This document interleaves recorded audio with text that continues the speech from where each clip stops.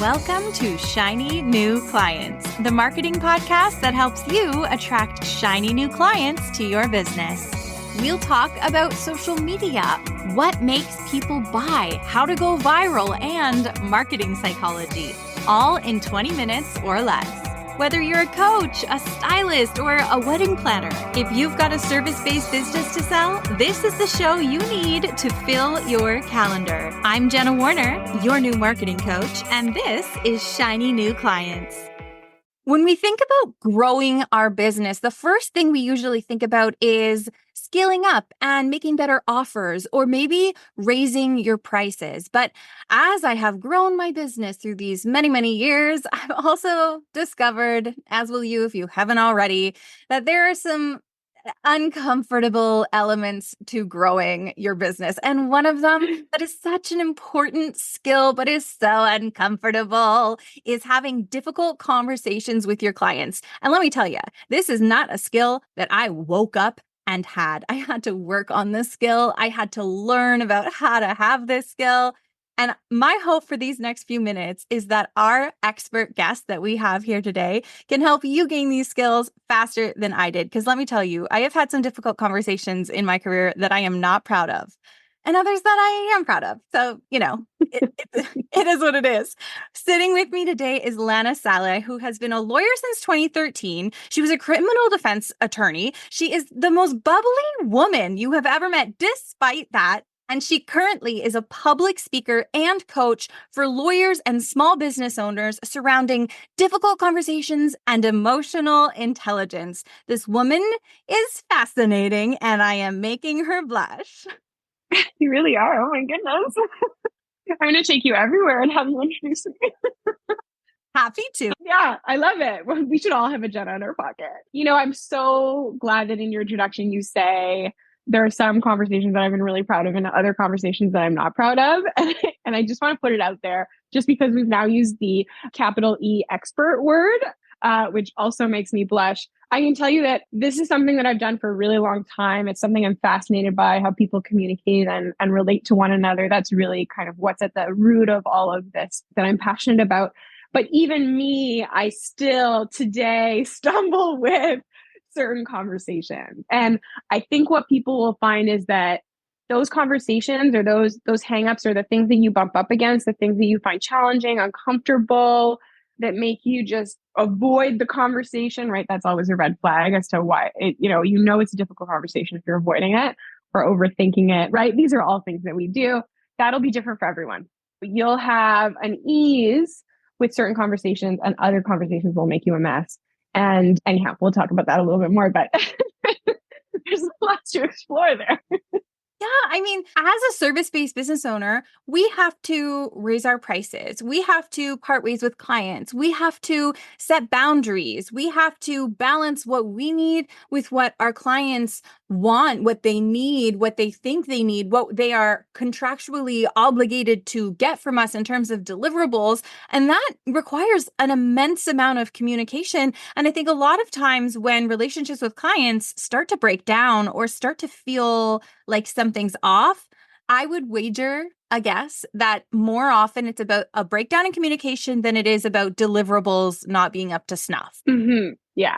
And actually, that's an excellent way to put it. I tend to specialize in lawyers because that's, my field. And it's something that I saw over and over again, kind of lawyer-client relationships not going very well. So I became passionate about that. But the number one complaint from clients regarding lawyers, so this is to our governing body, this is to our insurance company, is exactly that, a breakdown of lawyer-client communication. That is what is bringing people to complain. That's what's bringing people to sue their lawyers. So it's even costing insurance companies millions of dollars a year just to kind of get through this whole breakdown. And it's something we just don't teach people, right? And so I think similarly to law, this breakdown in client service provider communication or just breakdown in communication in general. And by the way, we can take this to your personal life too, right? We're constantly relating to people, right? We're constantly bumping up against human beings and the same rules apply. And so it really does go across the board. So I'm willing to guess that a breakdown in your communication with your client is also kind of one of the number one things that can pop up. So Lana, teach us. You said one of the ways to know that like a difficult conversation is coming is if you're avoiding it. Oh gosh, yes. And I am like number one avoider sometimes, right? Like, you're either avoiding it, you're overthinking it. So you're like having the conversation in the shower, which by the way, my best conversations are alone in the shower. I kick butt in the shower. If only I could have all my conversations there. If you're thinking about it when you wake up, if you're thinking about it when you're going to sleep, so that kind of stuff. And generally, you're having some kind of discomfort or some kind of challenge around it, right? And so usually that's linked to a feeling. So I don't want to have this conversation about increasing my prices because I feel nervous that this person is not going to accept it and I'm going to lose my business and no one's going to want me and oh my God, and I'm not good enough. And right. And then we start to cycle. And so we don't want to have the conversation because we have a belief about what the conversation is going to be like. And we also have a belief about what it means to us. So actually, this segues really excellently with what I would say the first and possibly one of the most important things that I could recommend to your listeners is do a check-in with yourself. Self-awareness, and by the way, this is probably another really difficult, you'll have to have this conversation with yourself numerous times. You'll bump up against stuff, beliefs, experiences, stories, things that you tell yourself, all these things that are wrapped up in your ego and your identity. I think entrepreneurs in particular bump up against their ego all the time. And it's usually a signal that you have to have some kind of difficult conversation with yourself or some kind of self-reflection. And I think sometimes we assume that conversations are going to be difficult because other people can be the worst, right? It's just like we love to blame. Oh, they're not gonna, people are cheap and they've been taking advantage of me or whatever the dialogue in your head is. Oh, that's funny that you say that because that's what I just heard in my head. I always hear, I think from having years in like sales, I'm like, what objection am I going to get? And even when I'm recording this podcast, I go, if we're trying to teach the listener something, what are they arguing back to me so that we can get ahead of it? So a lot of times I feel when we have friends who are about to go into like that difficult situation, or you know what? Ourselves. It's just sometimes easier to talk about it if we're talking about other people. But we go, no. I know what they're going to say. I know what they're going to say and it's bad and they're not going to like it, So I'm not making up a negative story. I know that that's what they're going to say. And now we have a judgment attached to it, right? I know what they're going to say and therefore they suck for this reason, right? To make ourselves feel better. And I get it. It's a very normal and human response. And it's because we don't want to look at ourselves and what we're contributing to the conversation. What am I bringing? But actually, when you say that, that brings up two things, right? It's my belief in what's happening and what I'm bringing. But there's also an opportunity to prepare yourself, right? So once you start actually hearing what people have to say and picking up on patterns, you'll be able to prep for certain conversations ahead of time and have the answers so you don't feel nervous. And by the way, if you're feeling nervous, that's a really good thing to check in with. Why am I feeling nervous? Right? Why am I avoiding it? What is making me uncomfortable about this conversation? I say to start there because those are the hardest conversations to have with ourselves, right? Why am I nervous about this? That's a really hard conversation to say out loud to yourself because it makes us vulnerable. It makes us kind of have to dig into all this stuff that's sitting inside of ourselves. This is why I'm saying if you've chosen the path of entrepreneurship, it's because you are brave, because you have to have these conversations all the time, right? Why am I avoiding this? What are my limiting beliefs? What are my hopes and dreams? Those are really vulnerable conversations, especially even positive ones. Like, what do I really want? Those can be some of the hardest things to admit to ourselves. And so I say start there. Start digging, start thinking about it, start listening to yourself, ask yourself questions, take time to notice what's going on for you. Take time to realize. I don't even know what song that is. Okay, what about this, Lana? What about when we get into the conversation and we're sitting across from someone and we're noticing that they're getting worked up? What can we do to support the client in that situation or whoever we're talking to without taking that feeling on and like stoking the fire? Yeah. So that leads perfectly into the second thing that I always tell people to do, which is to listen. So this falls into the category of listening. And now some of your listeners might roll their eyes. I mean, that's kind of one of those catch-all words that we hear all the time. Listen, just listen, just listen better. Just listen. Just like look at them when you listen. Listen. But but listening is just the umbrella. So I'm going to share something with you that really revolutionized things for me, not just professionally, but personally in my life. And it's not a concept that I came up with. It's a concept that stems from compassionate communication or nonviolent communication. So if anybody's familiar with those terms, it is a system or a theory by which you can communicate with others. And the premise is very simple, and it is three things. Behavior is linked to a feeling, which is linked to a need.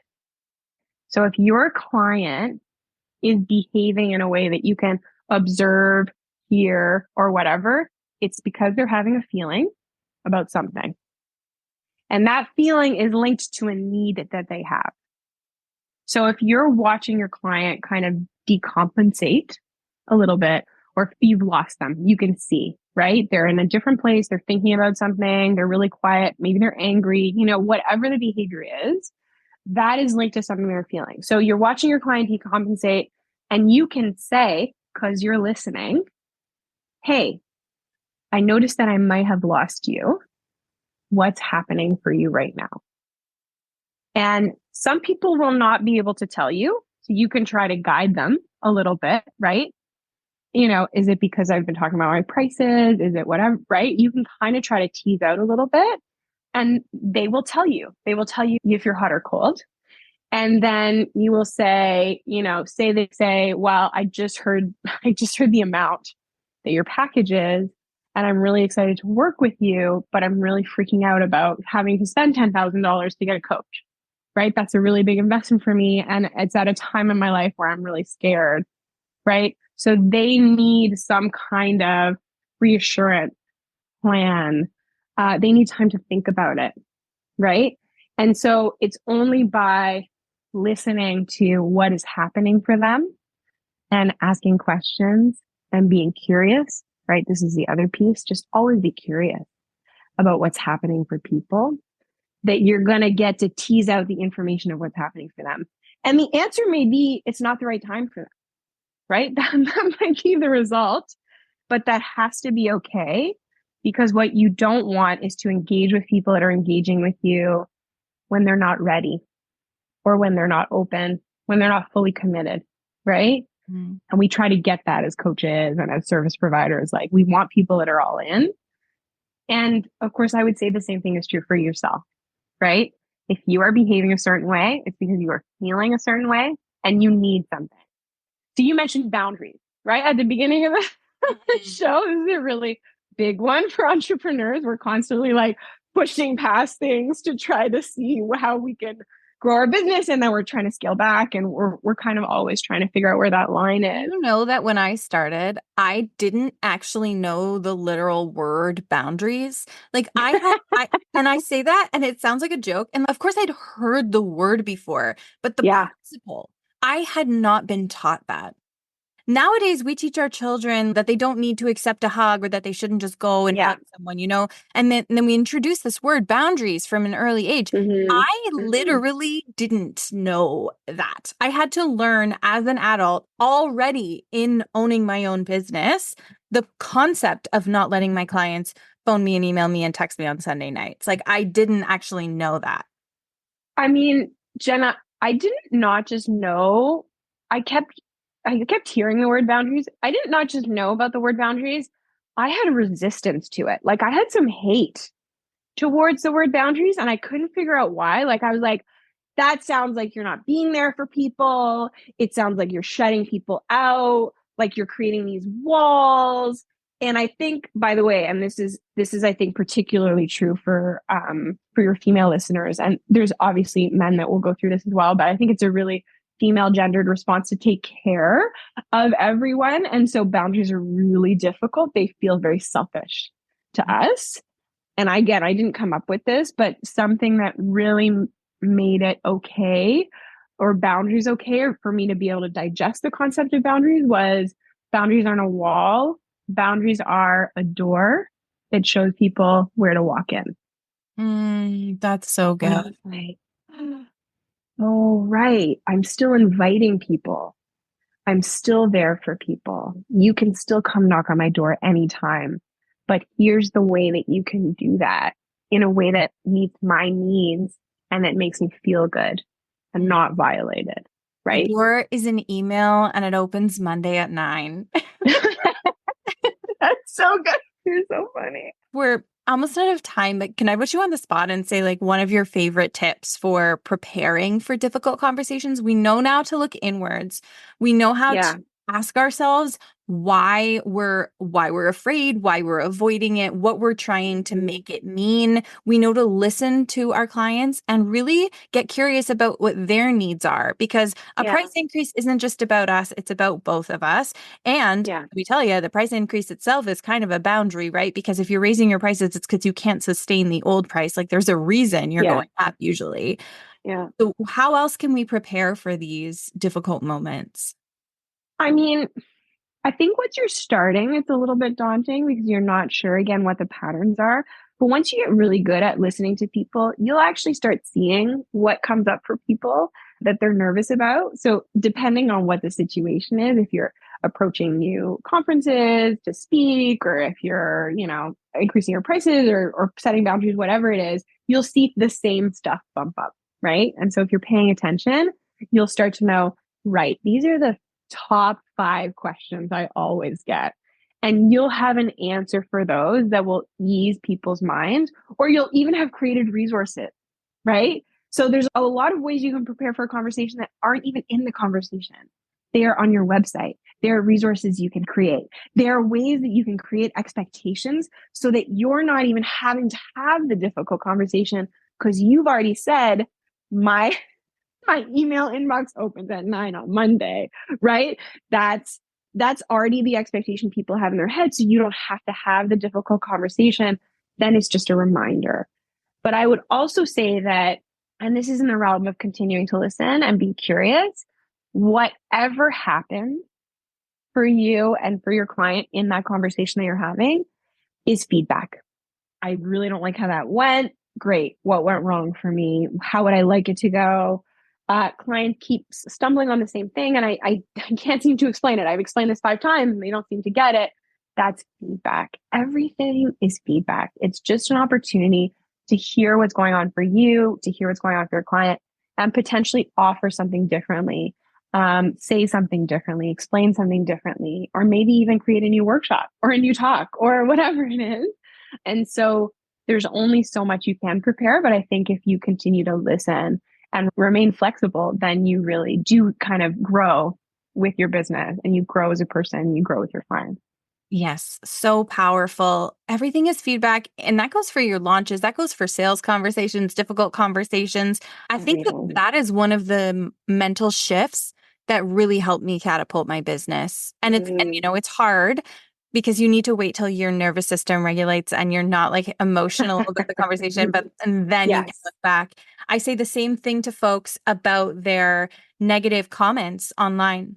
Like we get Oh, negative yeah. comments on our videos, and one of my tactics for that is once we calm down, can we take the note? Not to say that the troll or the mean thing was said in Mm-hmm. the way we Mm-hmm. deserved, not to say they said it in a nice, No. but is there somewhere where we could have been misheard, or we could have, Mm-hmm. communicated something better, or we could have been misunderstood? Can we take the note so that we don't get into this situation again, despite the meanie? Maybe we're still going to block them, but take it as feedback. Take it as feedback. Yeah. Yeah. And is there some truth in this? Whatever it is. I'm reminded of Barack Obama as president, who always read letters that were sent to him, and he would get his staff to pick positive letters and always include letters that were not from his supporters, people that always criticized him, so that he could see what was really happening. And I mean, listen, that is a very enlightened person, right? I think once you get there, you can say that you're truly confident in who you are and that you can navigate the waves.